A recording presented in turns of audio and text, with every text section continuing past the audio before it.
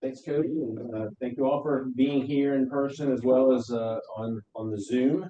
Um, just in terms of acknowledgments, it's Parkinson's Awareness Month, and this is the time of year that we like to reflect and celebrate, the patients who are thriving, who are fighting the good fight. All the healthcare providers who are in the battle as well, our wonderful physical therapists and all the other folks that it really takes, my amazing nursing team, everyone it takes to really help everyone be pointed in the right direction. Also we like to celebrate those the people who have taught those of us what we're doing. As a quick shout out, my mentor, Dr. Kapil Sethi, tragically passed about 6 months ago, but wanted to say thank you. He taught me everything I know, and try to make him proud every day. So with that, people might ask, why is it that we selected these panelists? Well, I'll tell you, first of all, Deena makes the best chocolate chip cookies on the and probably not those, but the best chocolate chip cookies on the planet. So that'll earn you an invite every month. But some people say, well, maybe it's the amazing new therapeutic options that have gotten them to where they are. And I would say it's really not about that. The reason I selected these individuals is because of the personal transformation that I actually witnessed in all three of them. It has nothing to do with the pill, the pump, the surgery, whatever it is that they did. It's about the journey. When I met Laura, for example, we met just before the pandemic went into full bloom.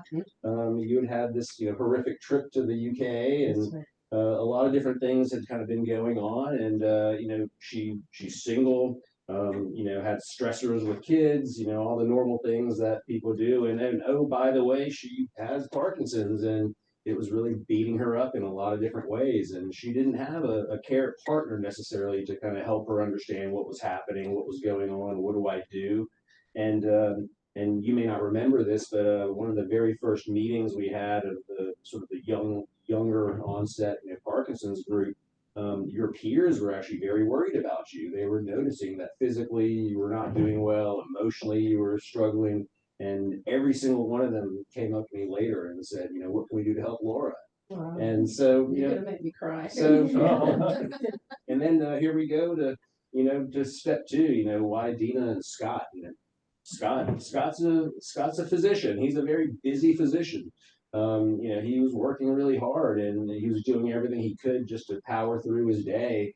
The regimen he had to go through, the things he had to do just to get through the day. And, oh, by the way, how do you take time off and block your schedule and cancel your patients to go see your doctor when you're having troubles? I will attest to that. It's not very easy. And then I look at Deena, she was the innocent bystander, trying to understand what in the world is happening. Why does Scott look like this in the morning? Why does he look like this in the evening? What happens in between? Why does he come in from work and basically falls apart? Why are his meds not working? What's happening? And how do we learn about this, and how do we take ownership of this and learn how to correct it? Because Parkinson's is a team sport. We always say that it takes a lot to manage Parkinson's, and we need a lot of eyes and ears to help us do that. And so that's the reason why you guys were selected, and really it's been the transformation that you guys have made over the last 2 years that has really hit home to all of us. So we want to really highlight the successes and have people learn from what it is that you guys did.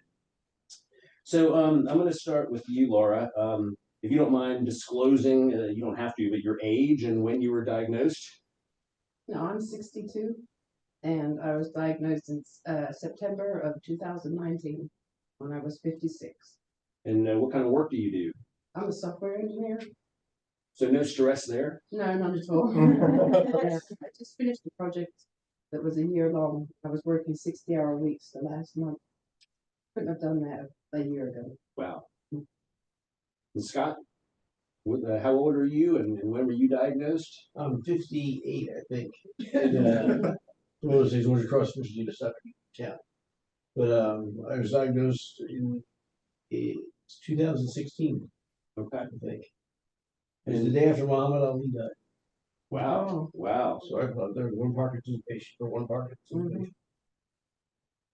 So tell me, Laura, if we were to rewind 18 months, 2 years, I mean, tell me, how were you doing? What did you have to do to just get through your day? Um, well, I took pills every 3 hours. While I woke up in the morning, I took pills and then I lay there for probably 45 minutes until I could get up. And then I just lived by my alarm clock every 3 hours.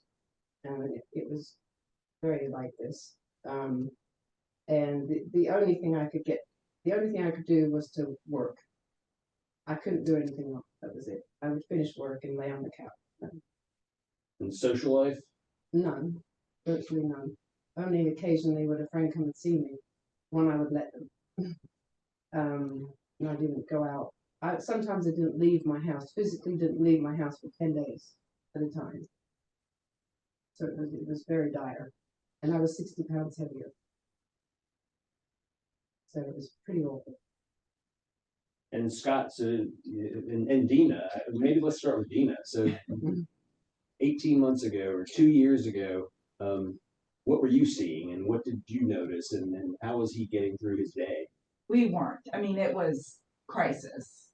You know, it was Parkinson's dominated every breath, every thought, every blink, every prayer, every wish. You know, it was just trying to make it one step at a time. And how were you getting through your days as a busy doc and trying to take care of everyone else? How are you doing that? What did you have to do to get through the day? I took medicines. I was taking Retori. I lost about 45 pounds with Retori. I taken too much, but I was taking 3 or 4 a day, or 3 or 4 times, 3 or 4 times a day. I enjoyed the weight loss, but I sure didn't like feel like a fish out of water when I was trying to lay down and go to bed because I couldn't just turn it off. Mm-hmm. And I would just struggle through the day as much as I can. And I did as much as I could do, and was just honest. I was an angry person when I first came here. The last thing you were going to do was brain surgery, and I think it was finally getting against the wall and getting it done was the night after that. The night of the surgery, I was able to walk without any issue, assistive device, or anything. You know, what really struck me was that both of you, you know, slamming pills every couple of hours just to be able to do what you needed to do. The pills have their own problems and the dyskinesia, the involuntary movements that a lot of people get. They were really beating both of you up. The freezing of gait where the foot gets stuck on the ground and then falls and those are the kinds of things. So I call that the Parkinson's roller coaster that no one wants to be on. And that's the big challenge is how do you mitigate that? How do you help people have natural movement without all the extra stuff? How do you help keep things level throughout the day? How do you help people live a normal life and not have to think about Parkinson's every 3 hours when you just set your alarm? And if I'm 10 minutes late with my medicine, I may have to cancel the next patient, or I may have to postpone this meeting, or I may have to do, X, Y, or Z. Um, it really struck me, one day, Scott, when you were here, and we were back in the exam room, and I learned a lesson that we need to keep our chairs a little bit farther away from the wall because the degree of movement you had, I was afraid that you're going to crack your skull on the wall It's hard to. And you learn those things, but the degree of movement that you were having, how do you think that how do you think your coworkers and your peers and your patients were perceiving kind of what was happening? Someone asked me if I had Parkinson's, and I struggled to say yes. But you never wanted to admit it because it is what it is. And you would just do the best you can. You would just try and make it and get home as fast as you could and wait till tomorrow. And when he would get home at the end of the day, what was he like? It was horrible. You held your breath to hope he got home safely, and he couldn't get in the house. So I'd have to wait at the front door, and whatever he was carrying, I had to get it in the house, and it could be 5 minutes, it could be 30 minutes. And the more frustrated he got, it made it, 100 times worse. But, he could not carry anything. It was just kind of got home and just kind of fell apart. What was your understanding of what was happening? I mean, obviously it was Parkinson's, but was there a sense of, what is too much medicine? What is not enough medicine with all the different things you were seeing? Or I think I knew it as much in the beginning because it was just survival, and it was, kind of Scott learning. And when every day you don't know what's coming at you and you can't stop, and you can't, oh, hold on, I'll be right back. And I think Or you can't take a day off. yeah, I think the beginning was just literally, you just tried to help without, trying, well, what are you doing? Do you need, it's that, are you okay? Are you all right? But it's exhausting to say it and hear it. Did you have falls? Yes, yeah. I broke 2 ribs. Oh, well. I fell and busted my face open in Michael's. And as a physician, I went back to the office, got some Dermabond, had Deena and my daughter put it on my face. Just basically suture my face back together. They did a good job because you can't really see it. Did you do the same thing I did? When I fell, I didn't put my hands down. So I just went douche into the floor. This reflex is gone. yeah, those postural reflexes, they disappear, and then when you couple that with the freezing of gait, when you're trying to walk and all of a sudden one foot just gets stuck to the ground, but the upper half of your body's going, and boom. Have you ever fallen at work? Yes. Were you having to use any kind of walking aid? I was using a single point key. And then people I took care of 5-6 months later came in for something else, and they're like, "Wow, you look a lot better than you looked last time I saw you." It was a nice reaffirmation that I'm doing better. Yeah, well, good. Well, good. Well, Laura, so tell me about your routine now. So you're on you have a very hot off the presses novel therapy. Yes. And so tell me a little bit about it. Well, it's in here. I've got the pump, and it is without doubt the best thing that's ever happened, without a doubt. And I've had 3 children, and I'm sorry.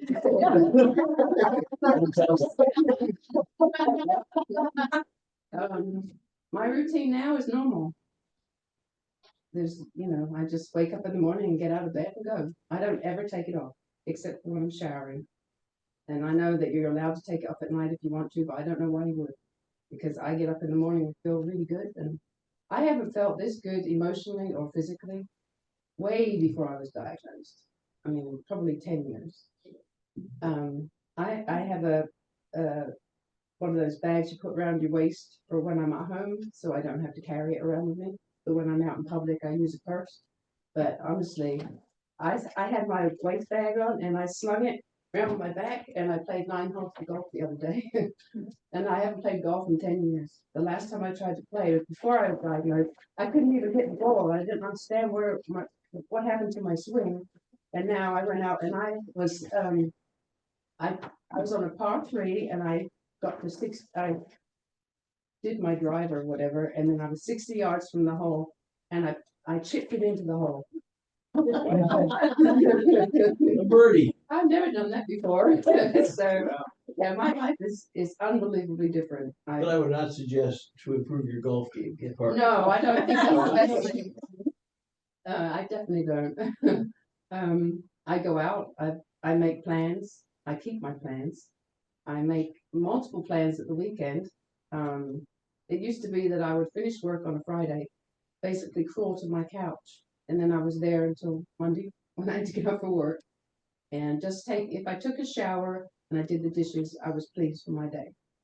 But now I see 3 different friends on a Saturday, different time. I'll see you for coffee and I'll bunch with you and I'll see you in the evening. And I'm me. And people say to me, "Wow, you're like a new person." I said, "No, I'm not. I'm me." This is what I used to be like. Yeah. And I'm me again. It's unbelievable. You would have to pry this out of my cold dead hands. I'll tell you, I'd sell my house if I had to pay for this. It's the most amazing thing. And I've decided this is my crusade. I'm going to tell everybody who wants to hear it. I'm going to a Parkinson's group in Fort Mill next week or the week after, and I'm going to talk to them about it. Wow. Because everyone should have one. That's my kids anyway. And this is Laura, who was the introvert when I met her. Mm-hmm. And for those of you who are in the room and can see this, and those of you on camera, I can show it to you. But this is the subcutaneous levodopa pump. There's a small cannula that goes onto the belly, if you will, and this machine, it pumps the levodopa into your body all day long. Again, gives you a nice consistent release. It is one of the subcutaneous pumps that is available. There's a second one now that is called Onapgo, and it is apomorphine, a different dopamine agonist that actually is pumped. Same concept. This has been available in Europe for almost 30 years. Not sure why it took us so long to get it. I have my suspicions, but the levodopa pump, has been available. It's FDA approved now. There's no insurance coverage right now, which makes it challenging. There's a few special programs that some younger folks can go on. So it's an amazing treatment. Hopefully by the end of the year, it'll be widely available to everybody. The apomorphine pump was approved in February by the FDA, and it does have insurance coverage now. Again, it's a different molecule, a different medicine, slightly different, pros and cons, which we can talk about at another time. But this is the technology when you think about diabetes. The insulin pump really revolutionized the world of diabetes, and when people were chasing their sugars around all day long, this is how you regulate it. So why not do the same for dopamine? So yeah, it's been an amazing treatment for Laura, and there was a couple months, maybe 6 weeks ago, when we saw you back at the office, and she walked in the room, and my amazing nurse Debbie, we both looked and did a double take and said, who is that? Where is Laura? She's been doing all kinds of exercise and the dance PD exercises, all kinds of stuff. You obviously you've trimmed your frame, you've lost a lot of weight just from all the exercise, but just the glow about her, the confidence, and that's really that's the message. It's you learn, you tweak, you understand the symptoms a little bit. How do you do this? How do you do that? Once you figure it out, I mean, that's the nature. Our goal is to try to teach all of our patients how to manage their symptoms. So, we're on the sidelines. I feel like I can be the coach, and you have Peyton Manning in the game, and he can change the play. If the defense doesn't look right, and get the offense into the right play, and that's what Laura has learned to do, and that's what Scott and Deena have learned to do. But let's shift the focus a bit. And Scott, tell all of us about the therapy, the treatment that you had, and kind of the process you went through, and what it is. The process I went through was for a deep brain stimulator. Basically, I had to take a couple tests mentally and physically to see if I would be an adequate candidate, which was interesting because the year before, we spent Valentine's Day taking basically an IQ test, which was kind of funny because one of those things. But so I went through that whole process, then get an MRI of my brain. And I had so much spontaneous movement, they were worried they would get a clear MRI of my brain, but I made sure I didn't move at all that thing. And then I went in for 2 procedures, June 12th and then the 17th, something like that. Need a little bit bigger of a gap. But anyhow, so I had a deep brain stimulator put in, got my new haircut, and never looked back. It was a longer. That's the short version. Yeah, it's very emotional, but it was also very very caring and very. It was a slow. You weren't all juiced up and ready to go. So it was very much. It took the summer to kind of feel like you were ready to, kind of ready to go. But it was a very slow you know, we have a remote, so, you know, for the stimulation, and, you know, you just learn how to do it. Is there a button you can hit to make him go do the dishes, or you can take the garbage out? Yeah, make him dance. He's done dancing. He doesn't want to move anymore. So, you know, deep brain stimulation is it's a treatment that's been available since 1999. I think it was FDA approved in the U.S. So it's been around for years. It's approved for a couple of different conditions, but essentially in Parkinson's disease, what happens is that there's a circuit on each side of the brain that becomes overactive. And as it becomes overactive, all of a sudden people lose the control of their movement, the tremors, all the symptoms can come. And so what the deep brain stimulator does, the electrode is implanted into the overactive circuit.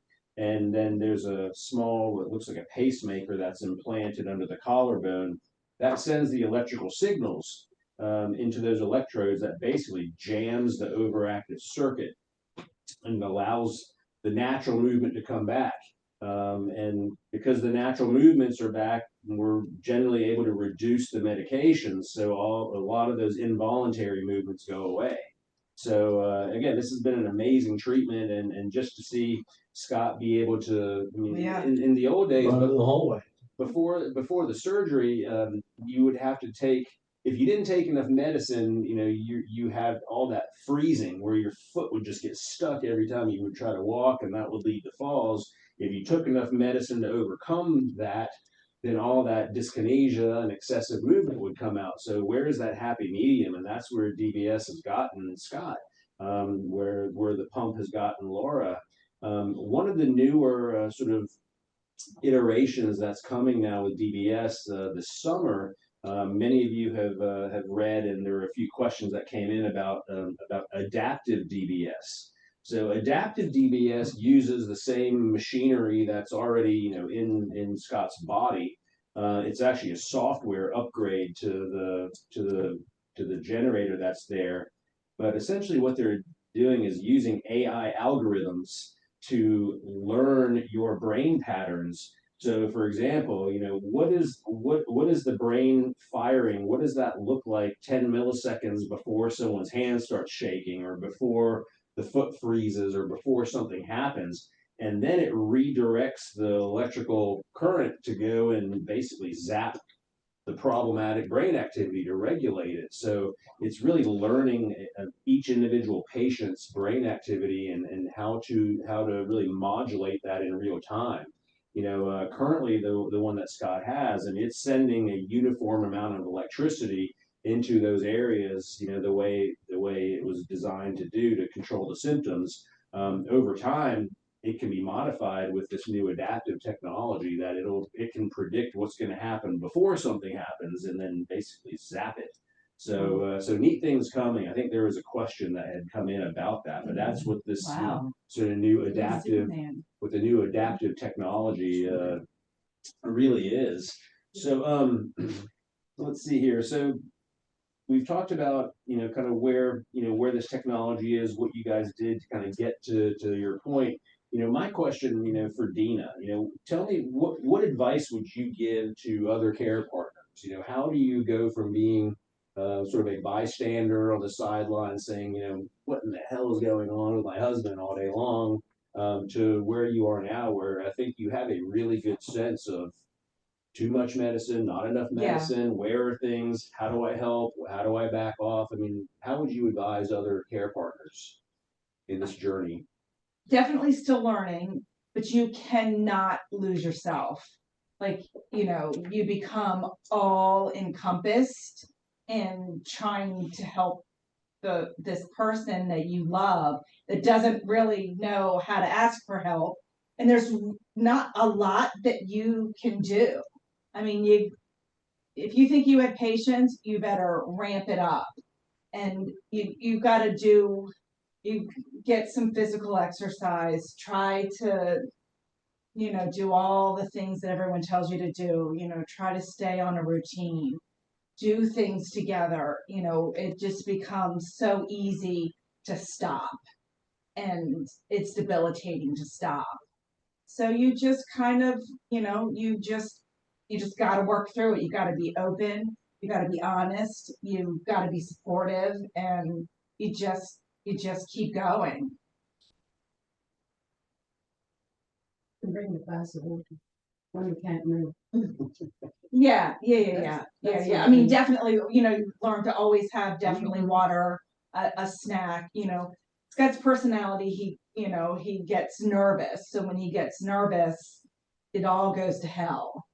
So now, he still doesn't necessarily like to stop and go, but we're learning. And now he's like, I don't really love to be in that environment.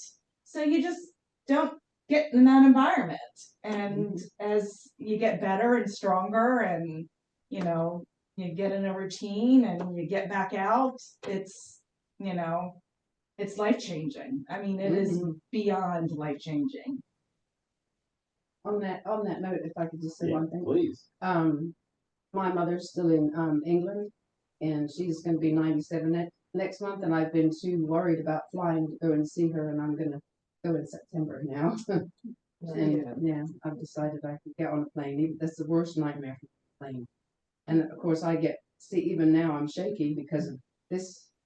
I don't normally shake at all anymore, but I'm going to get on a plane and go see my mom. So That's thank you to the wonderful. pump. Yeah. Yeah, that's wonderful. Mhm. I mean, you think about just navigating the airport and the Yes. lines and the security Oh, I and know. where's the Mhm. gate and all that stuff that's hard for all of us. And then you throw this in, and what do you do if your meds don't work? What do you do? And and you may already know this for people who have one of these pumps. You can call the company, the nurse. They have a TSA card that they can give you that says you've got this medical device. Oh, good. So getting through security, you just show them the card, and that way they won't have too many questions about it. So that's something that's good to do. I think when you have DBS, they also give you a little card of some sort to say, can you or can you not have an MRI, or if you set the alarms off at the airport, you've got something you can show them, like I've got this, I've got this thing in my head. You can show them the bumps. To gotta get. Yeah, that's right. I think when we look at where does this all go and how does this all kind of happen? I mean, there was, when we saw you in the office a couple of weeks ago, I mean, I was actually having a down day, and you walked in the room, and I remember you said, "Can I give you a hug?" And I thought, you know what? I'm English. He gave me this wonderful hug and really, really brightened my day, because I was really having a down day, and so you brightened up my day. And not too long ago, Scott and Deena were on a trip down in Florida, and I hear this little ping go off, and they sent me this photo, and it's a photo of Scott. I guess you guys were at Epcot. We went to Cocoa Beach, Okay. which, by the way, I highly recommend. But NASA was in Cape Canaveral. Okay. So I sat on the beach, and he took all the ladies and went to NASA. Nerdville.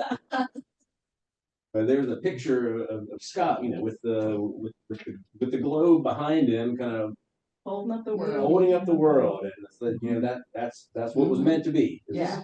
That's what he does for everyone else, and I'm glad that he can do that for himself now. And I think this is all about empowerment. It's all about learning. It's our job here is just to make sure people understand what are your symptoms, what are some of the solutions, how do you mix them in across the board to solve the challenges of the day. And if you hit the wall, then there's usually another option, and that's where we decided to kind of move forward and try the pump, go for the surgery.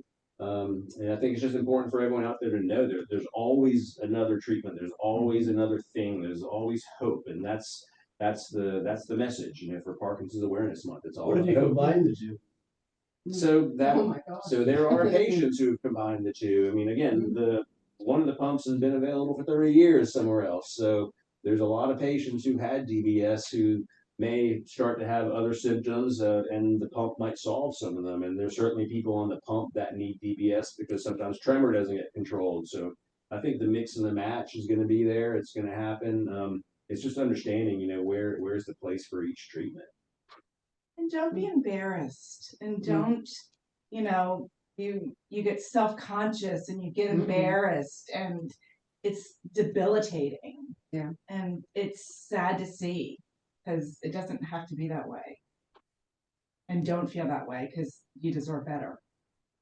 You're absolutely right, and you know, I always come back to, you know, Scott is a physician. Everyone assumes he's a freaking doctor. He should know everything about Parkinson's. Well, guess what? He's not a Parkinson's doctor. He does a lot of other good things, but if someone had sat down with him early on and said, "Look, take your meds. This is what happens when you do this. This is what happens," and unfortunately, if no one spends the time to do that, and he's got a full panel of 20 patients to plow through for the day, when does he have time to think of himself? I mean, he doesn't. You know, we had a hard time even getting medicine. I mean, I think at one point I was in tears because you're like, we weren't getting very good treatment. And, you know, that is, I would say, yeah. Thank goodness for Dr. Yeah. No, you're very kind. I think if you have enough time to make good decisions, then you can make good decisions. Well, Christmas socks are part of those decisions. But you gotta fight for yourself. And I have 2 instances to tell you about. So in January, I was seeing a physical therapist twice a week, and she used to measure, when we went for a walk, she used to measure it in yards. And last weekend, I met her socially because we made friends now, and we walked 3 miles. Wow. And I was fine, and it was up and down hills, and you know, and also I went to see a concert or a comedy show at the Spectrum Center. That's what it's called. And afterwards, there was this huge line for the elevator, and I looked at my friend. I said, I'm not waiting in line." I walked up 7 flights of stairs, didn't even think about it. And I overtook people. And these people had to stop and rest, and I just kept going. I was like, yeah. I thought my muscles were shot, but it wasn't. It was, I don't know what it was, but my muscles still work. It's amazing. Well, when your pump is delivering the dopamine to your brain in a slow, steady trickle the way nature intended, that's what happens. But I love it. Here's the Parkinson's patient telling everyone else to hurry up. Yeah, get out of the way. Stand over there. It's a good feeling. Isn't it nice to be you again? Yes. And look at us sitting here all still. Yeah. We're I mean, still. Scott would have been on, there is. They used to go get fish out of water. It was violent. I mean, they were, it was heartbreaking. I mean, they were truly violent. Frustrating. Yeah. And again, they all have children, and they're trying to be parents while they're doing all this stuff. So I'm just glad that you were able to benefit from some of the modern advances in terms of Parkinson's treatments, and that you guys have figured this out, and now you can go live your best life. So thank you for being available to talk to everyone today. And certainly I know there are a lot of questions that have come in, and certainly you want to kind of pivot and do some Q&A or. Sure. Yeah, absolutely. So some of the questions are about more of the symptoms of Parkinson's. And so like the first one is there anything, I guess, related to either of these treatments that would help with short-term memory loss? So all of these treatments, the pumps and the surgeries are more geared toward the physical, the motor function, so not necessarily the cognitive. Okay. The next question is about the Stanford study. Is that the adaptive? Okay, that's what that was about. Okay, yeah. So that was, you already mentioned that one. Any new treatments for sleep? Yeah. Sleep is Rich Charlton. Yeah. Hotels work nicely for spouses. There are a lot of different sleep disturbances in Parkinson's. It really fragments sleep. So some people they get bad insomnia. Some people they oversleep and can't wake up. Other people can develop this condition called RBD, or REM behavior disorder, when they have really wild dreams, and yet and their body is free to act them out, and they're yelling and punching and screaming and kicking in their sleep.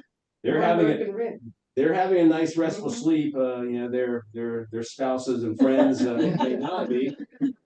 So again, there are some sleep medications that we use to treat those. Sleep apnea is very common in Parkinson's. So when we hear snoring and gasping, then probably good to get a sleep study, because you might fix that in a different way. But I would say there's nothing sort of earth-shattering in terms of new treatments for sleep, but it's also just recognizing that Parkinson's can really impact your sleep. And one thing that all of my patients on the pump will tell me, because they're wearing it 24 hours a day, is that they're all sleeping better. They can, or maybe not all, Not all except Laura, so, Yeah, so you can sorry. leave now. Yeah, sorry. But most folks will tell me it's hard to pull the covers up and roll over and get comfortable. I could get up to go to the bathroom, then I can't walk. But with the pump on, all those things go away, and people are able to have much more mobility at night when they need it. They're able to be more comfortable. Their body is more relaxed. That's one thing that a lot of the pump patients have said is, my friends tell me I just look so much more relaxed. I look younger because there's not all that extra movement, and they just seem so calm. Well, for me, sleep, I started taking melatonin, and I sleep like a bear. I mean, I stopped moving a lot. I still wake up in the morning and have to debrief with Deena. How bad was that? Because you weren't there when I woke up. And it's really made a huge difference. And I think I move a lot less. I sleep a lot better. I do the sleep app on my watch, and I've been sleeping dramatically better. Yeah, I mean, it was, I used to sleep like 4 hours a night according to my watch. Now I sleep 8. you were lucky it was 4 hours. Yeah. I mean, it was bad. And so, Laura, you mentioned you're not sleeping as well. I'm not sleeping any better. I'm not sleeping any worse. Okay. But I'm not sleeping any better. Okay. Yeah, that REM behavioral disorder, that's no fun. Yeah, but I think it's probably actually Try melatonin. it's try melatonin, but I tried to stop taking my dopamine carbidopa later in the afternoon, so it wasn't working at night, and I started sleeping a lot better and not beating up my wife. Right. I've got mine 24 hours a day, so So maybe there's no time- one there for me to hit anyway, so it's okay.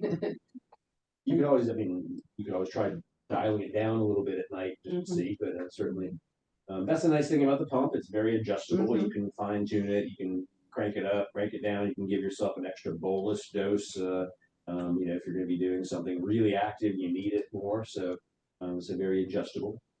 Okay. Kind of connected to that, somebody mentioned they sleep fine, but they're having a lot of fatigue. Fatigue is common. You know, I think the way I understand it, you know, with Parkinson's, the brain has to work twice as hard as it used to just to do what was normal, and so that really, you know, sucks the energy out of people. Strategically, a nap at the right time of day can be very helpful. All the dopamine circuits sort of reset during that time, and then the second half of the day can be a lot better. But you know, sometimes we have to prescribe medications that are stimulants because fatigue can be so disabling in some patients. Medicines can contribute to fatigue. Sometimes the dopamine medicines make people sleepy. So, but everyone's so different. This question's for Laura. How long did it take you to figure out your settings for your pump? 15 minutes. Wow. Those are set to the same ones that Dr. Iyer set me. Great. So I literally felt better in 2 hours. 2 hours, I felt completely good. There's a conversion. We punch in, you know, how much carbidopa, levodopa do you take per day? What other Parkinson's meds do you also take? And you put it into this sort of computer program, and it basically tells you this is a starting point for the pump on what the settings would be. You know, so at Laura's we're pretty close, I think. So we've seen just the opposite in some people, because another patient who went on the pump, 2 hours after we turned it on, she was having violent dyskinesia and sweating, and she was vomiting. It was awful. And suddenly I thought, you know what, you're really overdosed. What's going on? And a lot of people with Parkinson's have significant constipation, very slow GI movement, a lot of stuff. She wasn't absorbing half of the oral medicine she was taking. So when we converted the oral medicine to the pump and she was absorbing 100% of the pump, it was literally twice as much. So she reduced her pump rate by half and is doing amazing. So you live and learn. Yeah. How does someone know they're taking too much levodopa? So too much medicine usually means dyskinesia, the involuntary dancing kind of movements that some people get. Nausea can be a sign of too much. Some people can start getting confused. Some of our patients who may have a little touch of cognitive impairment can actually start hallucinating when there's too much. So those are the main things. But usually dyskinesia tells you, the involuntary movements tells you, okay, that's probably a little bit too much for what you need. So dial it back a touch. And one last question, unless there's anybody else that has any questions, is are there any new emerging therapies that outside of these two that could be brand new coming down the pipelines? So some of the, I would say, some of the advances that are coming, there's been a lot of breakthroughs in understanding, at the cellular level, what's happening. So there are a couple of things, there was a question that had come in about DLK, which is called a double zippered leucine kinase. That'll give you nightmares from med school. And there's another mutation called PINK1. But at the cellular level, what's happening is that there are cells that are damaged. And the body learns to recognize damaged cells and will send a little signal to eliminate that cell, kill it off, get it out of the body. What happens in Parkinson's is that the DLK or the PINK1, it becomes overactive. And so it starts even eliminating neurons that aren't damaged. And so that's not a good thing when you're getting rid of dopamine neurons that shouldn't be. The other is with the PINK1 mutation, when it's geared to package up the mitochondria, the energy producers of the cell. When the mitochondria get damaged, the PINK1 gets it out of the body.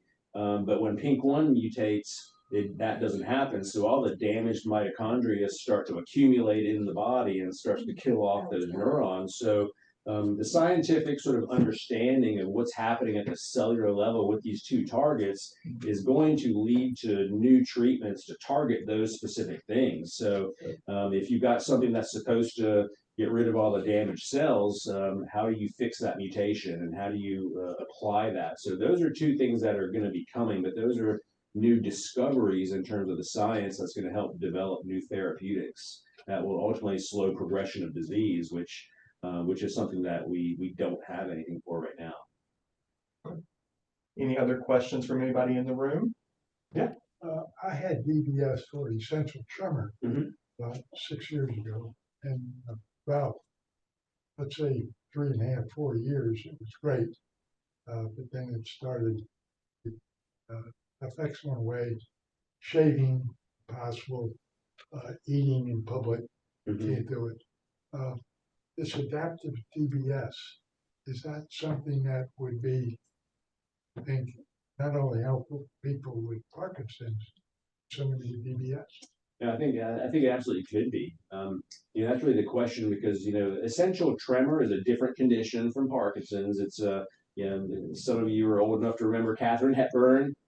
She had the famous voice and the shaking and all that, and so that's what the condition she has is very different from Parkinson's. The electrodes are implanted in the brain, but in a different place in the brain to control the tremors. And so could adaptive therapies be helpful there? Because over time, people with essential tremor, their tremors do progress. They get a little bit worse over time. So understanding what's happening in your brain and how do we adjust the current to that, I think absolutely is something that's worth exploring. Right now, the adaptive technology is going to be available for the Medtronic unit, I think in June. The other companies, I don't know how much longer it's going to be beyond that. It shouldn't be terribly long. But so if you've got a Medtronic unit, there's a software upgrade they can do. They can just do it with, by holding the little controller against it. You don't have to have surgery again. They could likely upgrade it. So it's very possible. Very possible. Any other questions? A question for Laura. Have you experienced any side effects that you're aware of? No, I would say I have. Thank you. I still have. I'll tell you a story about what happened at the weekend. Okay, so Saturday night while I was sleeping, I said I have REM behavioral disorder. So during the night, I remember feeling the needle sticking in me, and then I don't remember anything else. But in the morning, I woke up and I had taken it out. And I had I don't know how many hours without medication. And I tell you what, I felt like I was cured, and I'm really not. So that shows you that I'm feeling really, really good most of the time. I still get my off periods. Like right now, I feel very shaky because this is very intense for me. But I do have a button I can press if I need more. Turbo boost. Other, Turbo boost. yeah, really. Well, it says sometimes you can't have another one. But no, I haven't had any side effects as such. I feel really good. I have another question. Loss of smell. Mhm. Is there anything that has that improved, or is that once it's gone, it's gone? Actually, I have been able to smell a few things occasionally. I thought, oh, is my smell coming back? But I always occasionally smelt something, but now it seems like it's a little bit more, and I wonder if it's in my head or if it's real. Is it possible? It's possible. Yeah, there's some thought that peppermint sometimes can help stimulate those neurons and help them come back. So I have seen some patients do things that helps bring their sense of smell back, which also helps your taste with food. I didn't lose my taste. I was really lucky. I just lost the smell, and that was 23 years ago.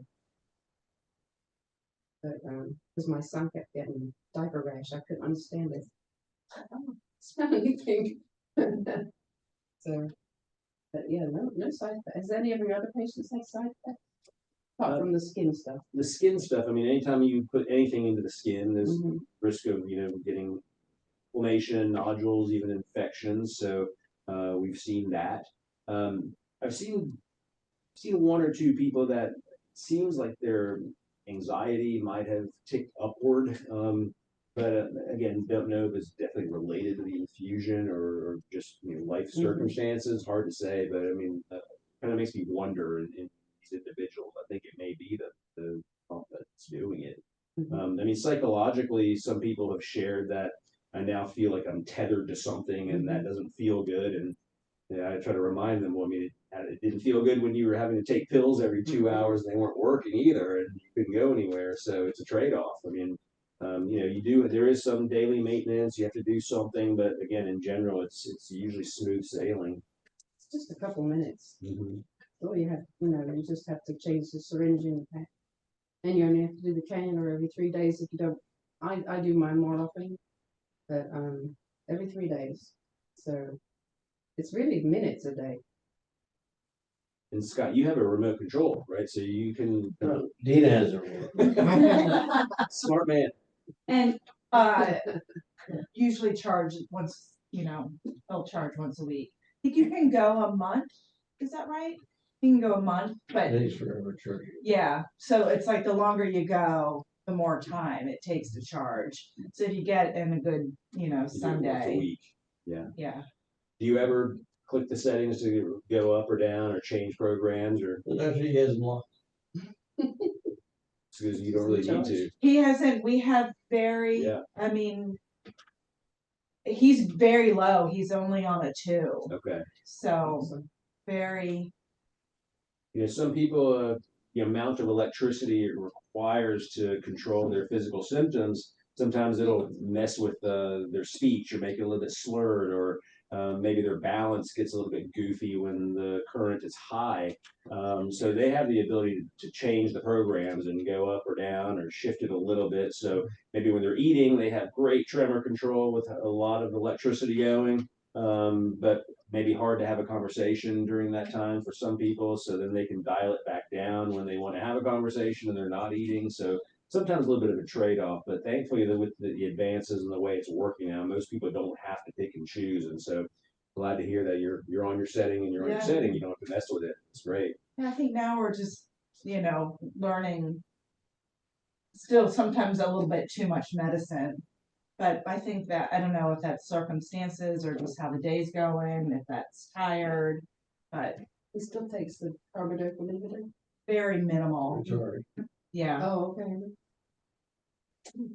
So I guess there's a question. Why will the company not let us go ahead and purchase it, even if you are Medicare eligible? Appears to be age discrimination. That's a good question. I don't know the answer.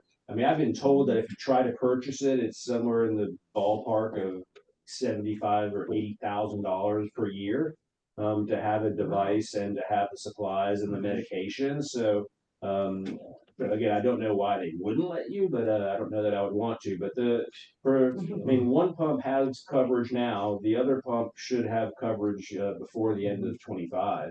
And I'm hoping by sometime in the fall. So it's coming. Yeah, $7,500 a month just for the medication. Yeah, yeah, it's $7,500 a month just for the medication. Mhm. So